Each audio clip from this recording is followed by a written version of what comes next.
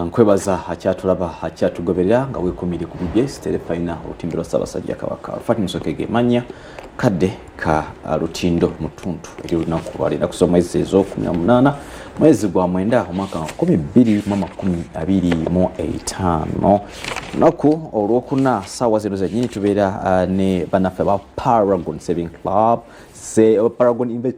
Investment kyonna nga bwinza okubanga okigaziya era Dr. Nambozi yatuuse dda twogere ku nsonga zino eza ebibiina bino byetukoleramu ebibiina byetubeeramu mu bitongole mwe tuli mu byalo mwe tuli nawa bantu bangi babifunyemu abalala babikaaba naye kyama kyekyo bo nga baba Paragon Investment Club kye bataddemu okulaba nga beesitudde gani naliko ku mukolo gw'empaako obujulizi ndaba omwana omuwala myaka 25 myaka 3 ng'omwana akutte ekyapa kiri mu mannya ge akuulita nakyo ensala n'enkwata n'enjagala mbereko wempita ne bigaana dokita era nakati abasajja mu kyatusibidde ebweru bannaye twabakola ki esoko buseko ku banna BBS batumiddeko nnyo n'embeebaza gye mutuusaako engalo abaami tetwabasibira bweru namba y'essimu kweri weereza ka WhatsApp weereza ka message omanyi baninako omusango gw'obutakwata ssimu kituufu gwo gunsinga nga bwe ndi omupunta ebiseera ebimu mbeera mu field bannange mbeera njiriba mattaka lyammwe banjogera nammwe kati omanyi zibeera mpisa mbi Arafat okubanga omuntu ayogera naawe ng'ate bw'onyiga essimu ate oli ku ssimu kati oli ali ku ssimu takiraba nti kibeera kibi naye ate ono akuli mu maaso ate naga omuntu ono nnyumya naye takola tulowooza tutuwadde na budde kyova nze abantu abasinga mbagamba bw'oba oyagala okunfuna bw'onkubira essimu nga sigikutte mpereza message mpereza WhatsApp nja kugiddamu ojja kunfuna era enamba y'essimu kweri kati gwe ng'oli eyo ng'olowooza okufuna mu ttaka omanyi buli kimu kibeerako n'ebiro time akaseera kakyo kati time yakakati ey'okufuna mu ttaka yakubeera nga twegatta Arafat ebiseera ebisinga ffe ng'abantu regardless oba baami oba bakyala oba baana oba ani oba myaka ki amazima tutuuka we tutuuse nga ssente ez'awamu tetuzirina zo zikyakuŋŋaanyizika nti ne bw'obeera nga bakuwa omusaala obukadde 5 amazima omwezi gugenda okuggwako n'ogaa nze nakozesezza obukadde 5 n'otuuka n'ofuna calculator n'obalamu gundi bwe namuwa 5 maama n'alwala ne muwa 2 gundi okakana nga ssente zikoze eki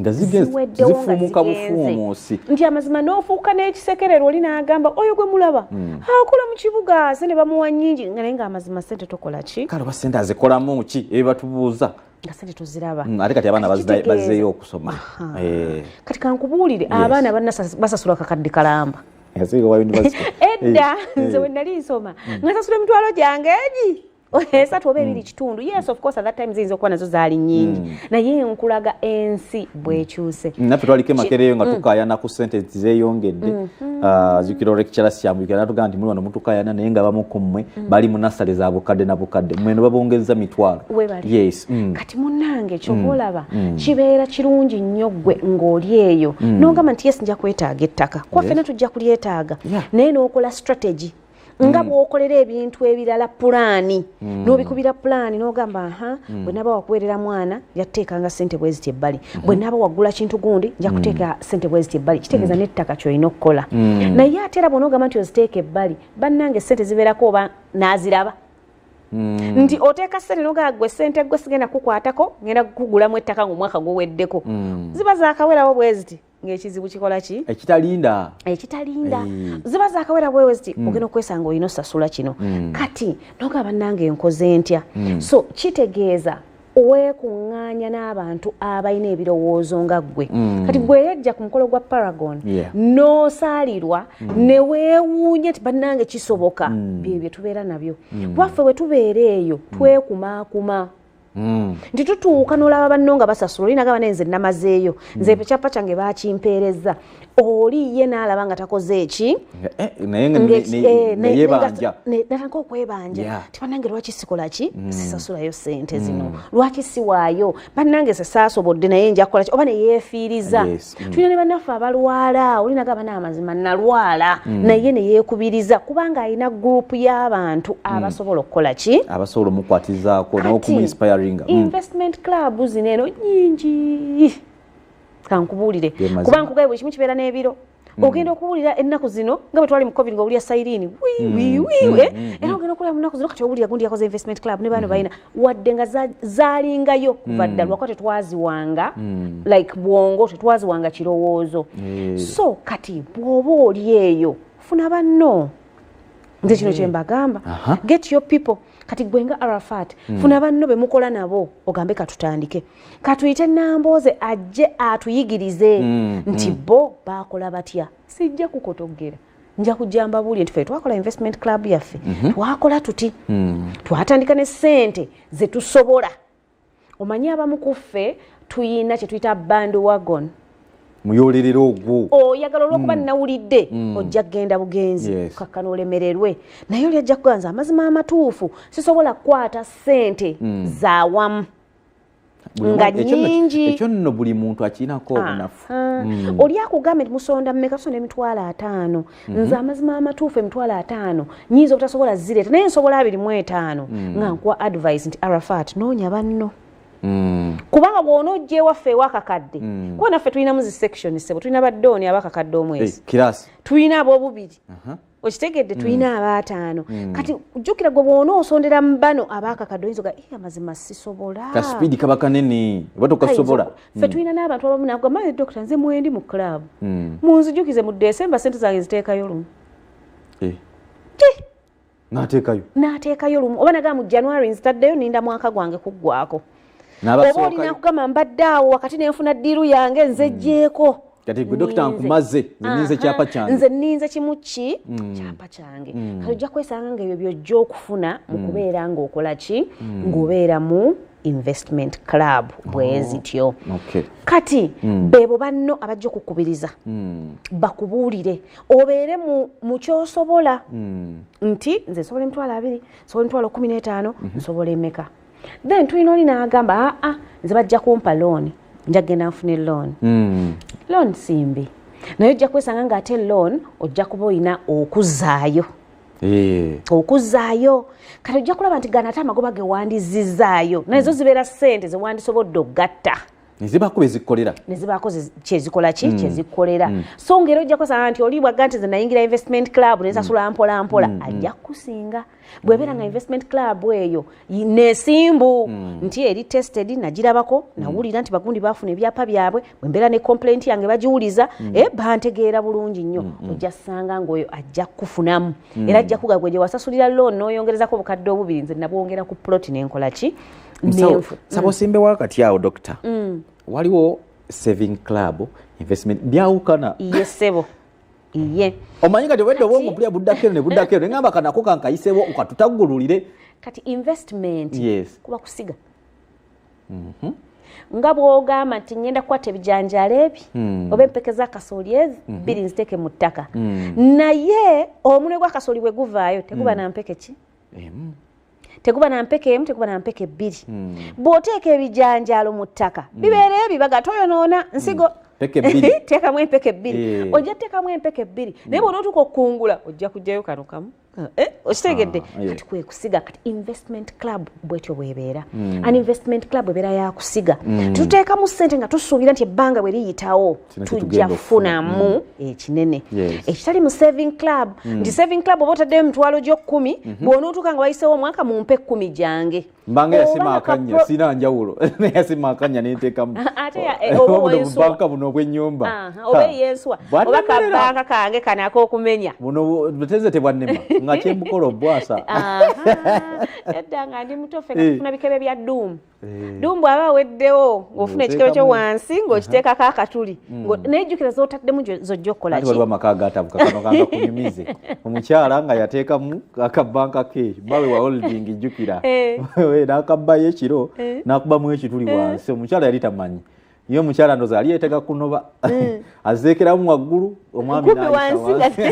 kati zezo nno disadvantages ziyinza okuva mu kukola ki mukubeera ng'otereka bw'otyo naye eno nja kusa nti investment club ezitegeera ezimanyi ebintu bino balina bank account era nga basobola okuwa bulungi n'accountability timunaye olaba ettaka lino eno bwe twaliguze lyabadde liti eribeera bwe riti okitegedde kati yensonga lwaki zezimu ku nsonga lwaki abantu bagenda mu investment club nti omuntu ajja kubeera one ng'ayina banne abamukumakuma okitegedde then nekira mu investment club bwe tubeerayo tetubeera ffekka basaveya ojja kusanga nti waliyo ono era ndoza babalaba ng'oli azza alina by'atunda ono atunda juice ono looya ono ki so kati bw'onootuka nga bannaye njagala agenda okunzimbira pulaani nti wendi njagala agenda okunkolera kino nti nno ki weekiri kiro w'emiyembe mpulira yansigalamu ali kapeeka yansigala jala kumuliraanako kati ebyo by'ojja okufuna mu kubeera mu investment club bwe zityo nti oyinza obutafunamu ttaka lyokka naye n'ofunamu n'amagezi agenda okuzimba ng'okozesa ettaka lyo era nga bwe walaba twaleeta abantu abasobola okwogerezeganya n'abantu nti oyo ow'emiyembe yakusigalamu waliwo eyatuyigiriza okukola sabbuuni waliwo olwo eyatuwa amagezi tulina injiniya Kiwalabe yaliyo n'atubuulira ku by'okuzimba nti ofunye ploti yo ogenda gizimbamu otya amanyi lwaki oli yansigalamu dokita yali yakuba nti one oyinza okugula ettaka muganye nti muguze miti yana gubwongo bwo kulowooza kuzimba ogamba wala navayo nzijenga ku BBS nkole so nga ate oli yayina kiyakola waawo faamu y'emiyembe biki ate anoga ssente yalaba kumpi awo gye walaba awo we yali anyumya emiyembe ku Central Road kumpi nnyo tulina omwami ali Kayunga bayitayo Kasokwe Kasokwe wala kankigambe ku site ye Kasokwe eyo gy'olaba nti nno wala omwami yambalira naŋŋamba bw'oba oguze ploti eyo $3,000,000 okiwulira n'ogamba nti ngenda gisimbako emiti egyo jjukira 3 ogamba nti nzikoze eki nzisaddaase 3 ti bw'oba oguze ploti eyo $3,000,000 n'ozisaddaaka n'osimbako emiti n'agamba wayitawo emyaka katugeze egi 2 emiti egyo gijja kubeera girina we gituuse kale giwa emyaka 5 jjukira zaali $3,000,000 emiti ogitunze katugeze emiti egyo gitunze era ozitunze $3,000,000 oba okyabanja ettaka eryo ate wali oba okyalibanja ate waliwo n'emiti egimu gy'otemako ne gisigala nga gikyakula ne bw'oba ogitemye n'ogamba nti ngitemye ngitunze nti nkiliyarinze emiti gyange gye nsimbyemu gyonna ngitunze obukadde bwange 3 babumpadde oba 2 kitegeeza ploti eyo gyasigala ogibanja kakadde aka ate ng'ekyaliwo ng'ate ploti ekyakola ki ekyaliwo ng'ate ploti gye wagula ku $3,000,000 tokyasobola ate kati gitunda ku 3 kuba ebeera yakula mu gino emyaka gyebaddewo era yenza amagezi ge yampa era naŋŋamba njagala osomese abantu b'amagezi gano nti omuntu obeera ne ssente eziri awo tozeebasa tezituula tozeebasa ssente zikwate oziteeka awantu gy'ogamba nti nneeno wala ewantu gy'ogamba nti nneeno nyinza obutasuubira kutundayo kati zitereke zibeereeyo nti oligenda ng'ebbanga liyiseewo ng'amazima emiti gy'otaddeko newe ziba mbuzi ze walundako nga babba bakola batya era ojja kwesanga ettaka eryo terisigadde kyekimu anaawe tosigadde kyekimu dokita nina investment club gye ndimu oba nyina kali saving kange ku saving kubanga ndi mu saving club naye ntunuulidde kino ekikyo kati njagala nze atandika obutandisa yagala okubanga nange neegata ku Paragon biba naye omwaka tegudduse kakati abantu ndi balowooza nti buli nti mwagabye balowooza nti omwaka kati ate mma mwaweddeko tekyali nedda buli okuva January paka December gwe mwaka gwaffe kati kitegeeza bano betwagabira ebyapa basavinga last year 2024 kati tulina aba 2025 bamazaamu mu December actually tugenda gaba I think ebyapa nga 6 this time tuite walaba nti walaba ebyapa n'otya kuno tugenda gaba ebyapa yes last week nali Nigeria yes and ekyatwala in Nigeria sharing a story yaffe ya Paragon nti abantu beewuunya abakyala e Uganda ng'ate batulese era nengena nembabuulira boga nembanyumiza ku biki bye tukoze ffe ng'abakyala era nafuna abakyala ab'enjawulo abeewuunya n'abaami nti what abakyala basobolera ddala okukola ebintu bwe biti nembagamba temwe mulaba nti nno nange mbabuulidde kino nange naje nakijja Tanzania ne tulaba nti abakyala bo baali ba mukene nno ffe nno ejjagga bamu ne tuli basaveya abamu ku ffe diguli muyinanga mmeka abalala naye bali eri baali bakyala basuubuzi ba mukene yes muyinza okuba mulimu abaali basoma biki naye abakyala basuubuzi ba mukene ne bazimba akeedi so buli omu nga bozze osobola okubaako kyokola though kati investment club joyinza ojoininga ojja kujoininga eyo ekujaamu kubanga tesaagala ojoininga investment club owulire bubi nti banaye basonda ssente nyingi zesikola ki zesirina zesisobola so nze nkuwa amagezi nti as you join an investment club tunuulira ebiruubirirwa naye era ojja kulaba ti investment club ojja okawukana gwe ku saving club ojja kuba n'ekigendererwa naye nga tebanti n'amakomera geetegese kati kuba kakati buli Desemba awo ntera okuwulirako awo nti baagabanye ssente oli n'adduka nazo zibadde basavinga oli akuliise nazo bingi nnyo sole tuzikola no ku BBS mawulire gaffe ageesigika kati gwe olina kujoininga club erina ekiruubirirwa erina ekigendererwa nti ekigendererwa kyaki batwala n'ebigendererwa byanjawulo nga bw'owalaba oyo owa fruits ze wayagala ennyo miyembe biki talina no miyembe gyokka alina nezootalabangako Uganda nozisanga ne mu supermarket ne weebuuza linnya ki naye nga zikula wano kuba yatugamba nti ffe Uganda tulina ettaka esobola okukulako ebyo kati yasimba ze bayita dragon fruit emu bweti eri wakati w'omutwalo gumu n'ekitundu n'emitwalo egi one like this kati gwe bw'oba ofunye ploti yo gy'ogamba nti nneeri wala ne bakuyigiriza osimba dragon fruit yatugamba zitwala emyaka emeka siri sure sijjukira ali kinjukiza kiki waŋŋamba nti gwe olaba bakugamba nti oguze kayunga wa kati ate ow'eggulu yagamba atya ow'emasindi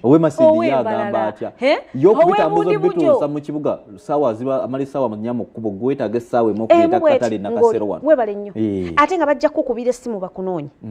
bajja kukunoonya kuba bajja kumanya gundi yayina ki ye binaatuuka n'otuuka kati ekkubo lyeyo awo wonna semuto bali mu kukola koransi kankuwa example ow'ekayunga balenga bintu ow'ekayunga ngenda funa olunaku nkutwaleyo nno ow'ekayunga alima matooke naye yaŋŋamba ngenda otuuka ekayunga mu ttawuni emmotoka nkalu omanyi kakati ate emmere ab'omukyalo bagigula mu bibuga yaŋŋamba ng'emmotoka nkalu kati oli okumbuulira nti kigenda kuntwalira ebbanga kyotuuka wa otuuka mu kibuga seetaaga bbanga lya kutuuka mu kibuga omanyi abantu bategeraliikira n'amafuta gagenda mu byalo kati agantwala ebifene byange ne babimpamu ssente nga nteeka amafuta mu mmotoka webale nnyo ŋŋenda n'ekintu nkomawo n'ekintu okitegedde bwe mba ngenza ne fertilizers nakufuuyira naki nkomawo n'emmere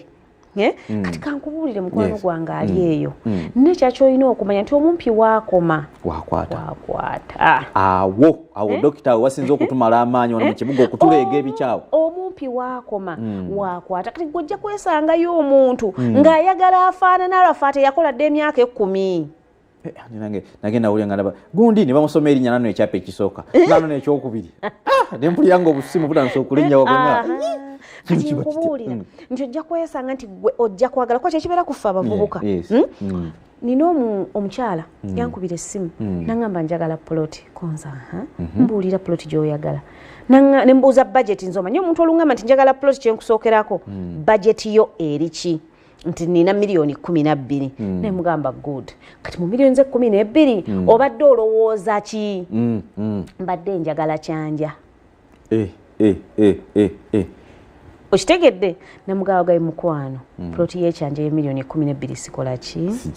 sigirina saagala nkufuukire mubbi muyaaye obanga wano wabulooka nabateeka obupande ku miti waggulu abatamugaye nti zireete nazirya era ne mmuwa amagezi kyekiri kyegabe nti omuntu olina okumanya omumpi wokoma kati bambi ayinza okuba ye yali tamanyi nti probably sente zaalina tezisobola wadde n'okuyimirira ku mudaala kubanga ekyanja ojja kusanga polisi ziri miliyoni 10 plus ate mulimu n'abalanga obubi waliwo kyanja nga weekanna bulemu ne bakugamba nti kyanja waliyo n'empigi ali kuweeno ku Gayaza Road gwe n'ogamba nti noloza ndibagayi w'ekiwaatule kibaga nti akapande wasomye bubi ne mugamba nze amagezi genkuwa bw'obeera nga kubanga twayogerera ku WhatsApp gendako ku Google teekamu ogigambe njagala ploti egundi za ssente mmeka ejja kubuulira bulungi abazitunda ne value kati bwekuwa zizire entuufu nga naawe weekubako mu nsawo ngo ga mazima wano nsobolayo gano okugenda nobbibwa kuba oli ajja kukazireeta enkufunire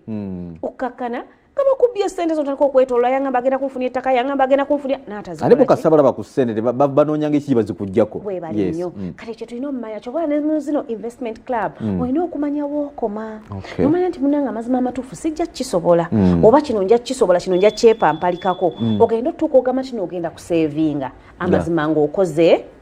okusalawo okulungi naye era nga tusiibula njagala osooke kukaatiriza muntu azaatya mu Paragon namba yange yesimu kweri noti 7516 office eri wano ku Access Building ku Lubaga Road office number 5 funa obudde jangu oyiteyo bakubuulire abakyala bajja beeramu bajja kubuulira bwe tukikola mu Paragon Investment Club naye ate bw'oba tojoyinize Paragon Investment Club gwe nga gwe osobola okufuna banno mikwano gyo ab'eŋŋanda zo ne mukola investment club eyammwe bwe mwetegeera kubanga amazima amatuufu tuyinza obutasobola kufuna ssente zaawamu naye nga ate bwe twegatta tusobola okufuna ssente weewaawo abadde Dr. Nambozi okuvaako mu Paragon Investment Club lunaku olwokuna ssaawa mukaaga zennyini oyagala okumanya ebikira ku bino beera nga amaaso ogatadde ku BBS Terefayina Alfati Musoke gemanya gange katugende ku mawulire gaffe gyotabadde babeere nga bagakutuusaako ate n'enteekateeka endala Ssaabasajja Kabaka awangaale.